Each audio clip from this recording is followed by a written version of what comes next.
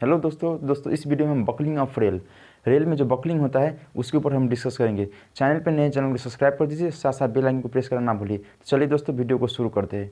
Buckling of rail, दोस्तों buckling of rail किसे बोलते हैं? जैसे हमारा जो नॉर्मली रेल का जो सेक्शन होता है, ठीक है, जहाँ पे ट्रैक है वहाँ पे रेल दो रेल होता है, उसको क्या करता है बिछा लेड किया होता है, उसका जो सेक्शन है, ठीक है, वो क्या होता है एक पॉइंट पे आके, ठीक है, ज़्यादा लोड लगने के बाद या टेम्परेचर के बाद इफेक्ट के कारण से क्या होता है एक कर्व की तरह वो क्या होता है कर्व की तरह बकल हो जाती है। तो दोस्तों उससे हम क्या बोलेंगे? बकलिंग ऑफ रेल बोलेंगे। तो दोस्तों आइए हम डिफिनीशन की मदद से समझने की कोशिश करेंगे और फिगर के मार्फत से भी समझने की कोशिश करेंगे। और बकलिंग ऑफ रेल यानी कि रेल में जो बकल आता है वो क्यों आता है? नॉर्मली आप कंस्ट्रक्शन में पढ़ते होंगे, बिल्डिंग कंस्ट्रक्शन में, जैसे कॉलम में बकल आता है, ठीक है, और अलग अलग मेंबर में बकल आता है, पर रेल में बकल क्यों आता है, उसका क्या कारण है, उन सारी चीज़ को हम समझने वाले हैं इस वीडियो में।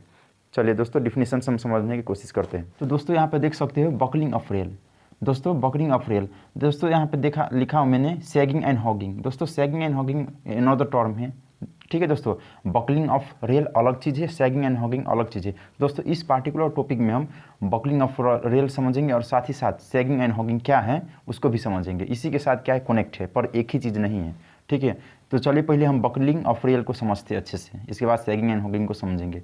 दोस्तों बकलिंग ऑफ रेल का डिफिनीशन समझते हैं, इसके बाद हम फर्दर समझने की कोशिश करेंगे। दोस्तों देखिए लिखा है buckling of rail means the track has gone out of its original position और alignment due to prevention of expansion of rail in hot weather. Buckling usually take place on tangent length और at curve. दोस्तों इस definition से हम क्या समझे? जो हमारा नॉर्मली जो पोजीशन है यानी कि रेलवे ट्रैक का जो पोजीशन है उस पोजीशन से क्या होता है उससे थ्रू आउट, यानी कि उस पोजीशन से चेंज होकर अगर कुछ और पोजीशन को क्या कर लेती है ओवरट लेती है, यानी कि कुछ और पोजीशन में कन्वर्ट हो जाती है, उससे हम क्या बोलेंगे?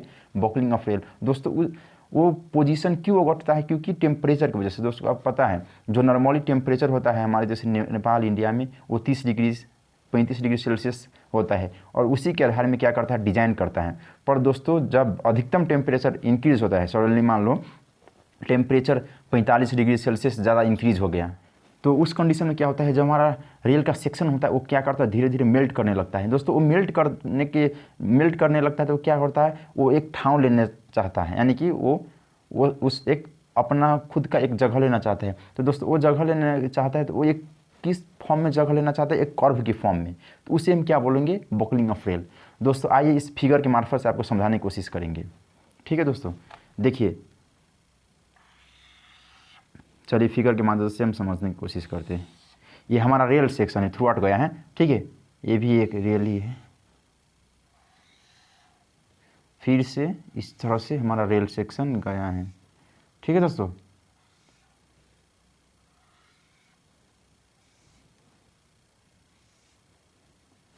यहाँ पे क्या है?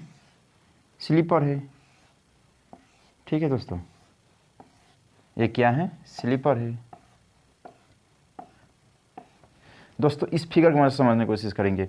दोस्तों ये हमारा क्या है? रेल है, ये रेल है, ये क्या है? स्लीपर। इसके अंदर से क्या होता है? ब्लास्ट होता है, सब ब्लास्ट इस तरह से होता है। तो दोस्तों आप देख सकते हो ये जो हमारा है रेल सेक्शन है, देखिए यहाँ से क्या है, इस सेक्शन से आप देख सकते हैं, यहाँ से ये सेक्शन देखिए इसका ये पोजीशन तो ये था, ठीक है, ओरिजिनल पोजीशन ये था। डिफिनेशन में भी लिखा है ओरिजिनल पोजीशन देखिए mean has gone out of its original position, यानी कि अपना खुद का ओरिजिनल पोजीशन ये है, उससे क्या है देखिए इससे आउट गया है कि नहीं, देखिए इस पोजीशन से, यानी कि ये पोजीशन से इतना बाहर गया ना, देखिए इस पोजीशन से भी क्या गया है ये अंदर गया, यानी कि पोजीशन से को क्या किया है? चेंज किया है। क्योंकि इसका जो टेम्परेचर मान लो इसका टेम्परेचर 46 डिग्री सेल्सियस तक ये झेल सकती है, इससे अधिक हो गया, जैसे एबव कितना होता है? 51 डिग्री सेल्सियस, यानी कि इसका झेलने की कैपेसिटी 46 डिग्री सेल्सियस है और इसमें आगे टेम्परेचर कितना? एबव, यानी कि 51 डिग्री सेल्सियस से ज़्यादा आगे। तो उस समय में क्या करता है ये पकड़ने की कोशिश करता है। दोस्तों ये पकड़ने की कोशिश करने की वजह से क्या होता है एक अपनी पोजीशन को ले लेती है। वो पोजीशन किस फॉर्म में लेती है? एक कर्व की फॉर्म में। देखिए यहाँ से अब क्या करो, यहाँ से एक रेडियस लोगे, ठीक, यहाँ पे भी लिखा है प्लेस ऑन टेंजेंट लेंथ, ठीक है, इस कर्व का एक हमारा क्या है एक कर्व के फॉर्म में आ गई। दोस्तों इस कर्व इस पॉइंट्स लोगे, इसका शॉर्टेन R होगा, R1 लो, इसका शॉर्टेन R2 होगा, ठीक है। इस हर एक पॉइंट का रेडियस क्या होगा? सेम भी हो सकती है, डिफरेंस भी हो सकती है, किस तरह का कर्व लिया है वो उसके ऊपर डिपेंड करता है, यानी कि सिंपल कर्व है, कंपाउंड कर्व है, ट्रांजिशन कर्व है, किस तरह का कर्व यानी लिया है। ठीक है, इसमें भी क्या है, इसमें भी क्या है, ये भी क्या कर सकती है, अलग अलग कर्व का पोजीशन ले सकती है। ठीक है, R2, ये भी क्या है R2। ठीक है, तो दोस्तों इसी को हम क्या बोलेंगे, बकलिंग ऑफ रेल। दोस्तों यहाँ पे भी सेम है, देखिए यहाँ पे भी क्या है, ये खुद को पोजीशन को क्या क्या है इन्होंने चेंज करा है। दोस्तों इस तरह से चेंज करते हैं, यानी कि एक कर्व की फॉर्म में लेता है, उसे हम क्या बोलेंगे, बकलिंग ऑफ रेल। ठीक है दोस्तों, और दोस्तों इसका मिनिमम टेम्परेचर आपको दिखाते हैं, minimum temperature TMP, minimum temperature for buckling of rail, यानी कि हमारा जो रेल सेक्शन है इसका मिनिमम टेम्परेचर कितना है बकल होने के लिए, 46 डिग्री सेल्सियस, और मैक्स टेम्परेचर कितना है, टेम्प फॉर क्या है, बकलिंग ऑफ रेल क्या है, एबव 51 डिग्री सेल्सियस, यानी कि दोस्तों 51 डिग्री सेल्सियस जितना ऊपर का टेम्परेचर इस पे वहाँ पे जोन पे, वहाँ उस एरिया पे है, उस जगह में है जहाँ पर रेलवे ट्रैक डिज़ाइन किया है, तो वहाँ पे क्या है वो उसमें ये इस तरह का आपको बकल दिखने को मिलती है। दोस्तों ये तो क्या होगी, नेचुरल फिनोमेना होगी, बकल ऑफ रेल ये नेचुरल फिनोमेना होगी। यहाँ पे भी क्या है सेम ले लेना, यहाँ पे एक, यहाँ इस पॉइंट से आप रेडियस लोगे, ठीक है, तो एक ये कर्व हो जाएगा, यहाँ से एक और कर्व हो जाएगा, इसका शॉर्टेन रेडियस होगा। ठीक है, तो दोस्तों इस प्रोसेस को हम क्या बोलेंगे, बकलिंग बोलेंगे। ठीक है दोस्तों, बकलिंग ऑफ रेल। तो दोस्तों इसका मिनिमम टेम्परेचर कितना है, 46 डिग्री सेल्सियस, मैक्सिमम कितना है, एबव 51 डिग्री सेल्सियस। तो दोस्तों कि देखिए ये जो बकल होता है इसका भी और कारण है, क्या है, रीजन। एक फर्स्ट रीजन क्या है जो डिफिनेशन में लिखा है वो क्या है, टेम्परेचर है। देखिए यहाँ पे लिखा होगा टेम्परेचर, हॉट वेदर, यानी कि ये क्या है, हॉट वेदर यानी कि गर्म मौसम, यानी कि टेम्परेचर इंक्रीज होना। यहाँ पे लिखते हैं रीजन फॉर बकलिंग, बकलिंग होने का क्या रीजन है, हॉट टेम्परेचर। दूसरा क्या है, एक्सल लोड।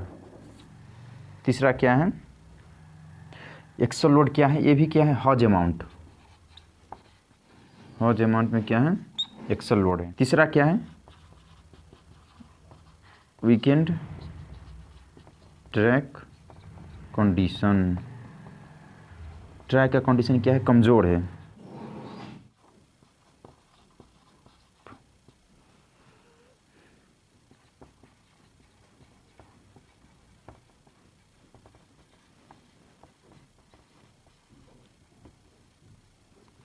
दोस्तों इसी तरह देखिए फर्स्ट में क्या है, हॉट टेम्परेचर यानी कि टेम्परेचर क्या है, बढ़ गया है।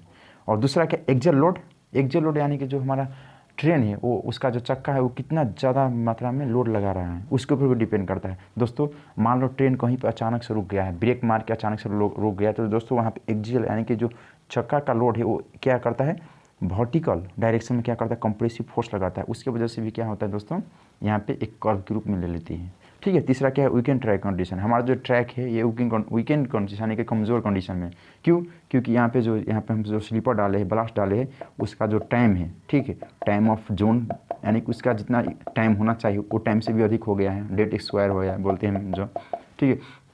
और इसी तरह से क्या है, और साथ ही साथ वहाँ पे जो जहाँ पर ट्रैक है वहाँ पे क्या है, साइड ही से क्या है, इरोजन हो जाता है, सोइल इरोजन हो जाता है, सब ग्रेड का इरोजन हो जाना, वो क्या है, ट्रैक का कंडीशन वहाँ को बताती है। यहाँ वहाँ पे जैसे अब माइनिंग एरिया है, वहाँ ब्लास्टिंग एरिया होता है, जैसे मान सकते हो वहाँ पे अर्थक्वेक जोन है, किस तरह का वो है उसके ऊपर भी डिपेंड रहता है। दोस्तों ये जो हमारा बकलिंग ऑफ रेल वो अर्थक्वेक के भी कारण से आता है।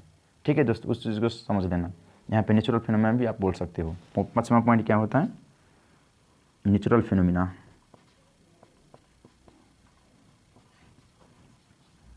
नो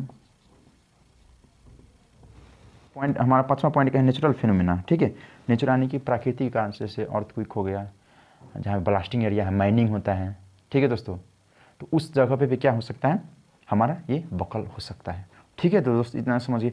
दोस्तों आइए बकल को कैसे बचा सकते हो दोस्तों।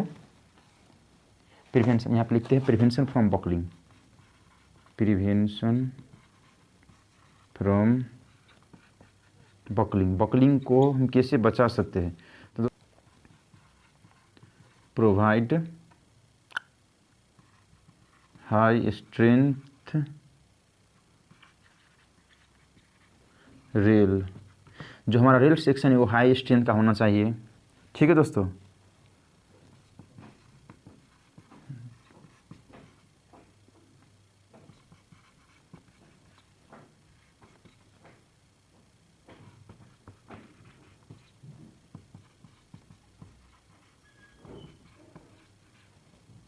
Design of track at assumed hot condition. तीसरा पॉइंट क्या है, proper sleeper spacing and material. तो दोस्तों यहाँ पे देखिए, एक में क्या है, प्रिवेंशन ऑफ बकलिंग। बकलिंग को हम कैसे बचा सकते हैं दोस्तों। फर्स्ट में पॉइंट क्या है, प्रोवाइड हाई स्ट्रेंथ रेल, यानी कि हमारा जो रेल सेक्शन होता है, जो फ्लैट फुटेड रेल होता है, उसका जो सेक्शन होता है अच्छे सेक्शन डालना है, उसमें कोरिजन नहीं लगना चाहिए, उसके ऊपर से पेंटिंग कर देना है, इस तरह से उसको करके डाल देना है। दूसरा में क्या है, design of track at assumed hot condition, जो हमारा ट्रैक हम डिजाइन कर रहे हैं जहाँ, वो क्या करना है आपको, हॉट कंडीशन के, यानी कि बहुत गर्मी, यानी कि टेम्परेचर 51 डिग्री सेल्सियस टेम्परेचर को एज्यूम करके आपको डिज़ाइन करना है। जनरली जो डिज़ाइन करता है वो 35 से लेके 40 डिग्री सेल्सियस तक का क्या करता है, डिज़ाइन करके करता है। ठीक है दोस्तों, तीसरा क्या है, proper sleeper spacing and material, यानी कि जो हमारा स्लीपर है प्रॉपर स्पेसिंग में होना चाहिए। ठीक है दोस्तों, और वो मटेरियल है वो किस तरह का मटेरियल, यानी जैसे कि आरसीसी का होना, आरसीसी का रहेगा तो ठीक होगा। ठीक है, इसी तरह से ये इसको हम प्रिवेंशन कर सकते हैं। ठीक है दोस्तों, जहाँ पे ब्रेक मारना है, और साथ ही साथ प्रिवेंशन करने का भी एक दूसरा उपाय भी क्या है, आप 1 महीना 2 महीना के इंटरवल में आप क्या कर सकते हो, वहाँ पे एक गार्ड होना चाहिए, गार्ड प्रॉपर वहाँ पे चेक करना चाहिए, इतने एरिया का एक गार्ड होना चाहिए, उतने किलोमीटर का एक गार्ड होना चाहिए। वो गार्ड क्या करता है, इक्वल इंटरवल टाइम में क्या करता है, उसको चेक करना पड़ता है कि कहाँ पे क्या डिफेक्ट आई, और साथ ही साथ जब भी जहाँ पे डिफेक्ट आए उसी समय के बाद क्या करना चाहिए, वहाँ पे वो चीज़ को हटा के नया चीज़ रिप्लेस करना चाहिए, तभी इस चीज़ को हम रोक सकते हो। ठीक है दोस्तों, तो फाइनली हम बकलिंग ऑफ रेल में बकलिंग क्यों होता है वो समझ गए दोस्तों। अब हम चलते हैं